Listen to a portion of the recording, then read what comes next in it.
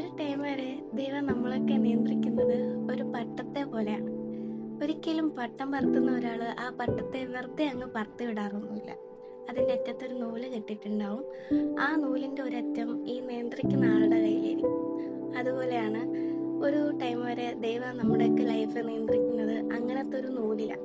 നൂലെന്ന് പറയുമ്പോൾ അത് നമ്മുടെ മാതാപിതാക്കളാവാം, അവരുടെ ഉപദേശങ്ങളാവാം, മുതിർന്ന ആരയിലാവാം, പാസ്റ്റേഴ്സ് ആവാം, അധ്യാപകരാവാം, അവരുടെ ഒക്കെ ഉപദേശങ്ങളാവാം. അപ്പോൾ ഈ ഒരു പട്ടം ഇടയ്ക്കൊക്കെ ചിന്തിക്കുന്ന പോലെ നമ്മൾ ചിന്തിച്ചേക്കാം, ഈ ഒരു നൂല് പൊട്ടി പോയിരുന്നെങ്കിൽ, അല്ലെങ്കിൽ ഈ ഒരു നൂലില്ലായിരുന്നെങ്കിൽ എനിക്ക് കുറച്ചുകൂടെ ഉയരത്തിൽ പറക്കാൻ പറ്റിയേനെ, ഇല്ലെങ്കിൽ എനിക്ക് കുറച്ചുകൂടെ സ്വതന്ത്രമായിട്ട് പറക്കാൻ പറ്റിയേനെ എന്നൊക്കെ നമ്മൾ ചിന്തിച്ചേക്കും. പക്ഷേ ആ ഒരു പട്ടം ഒരിക്കലും ചിന്തിക്കാത്തൊരു കാര്യമുണ്ട്.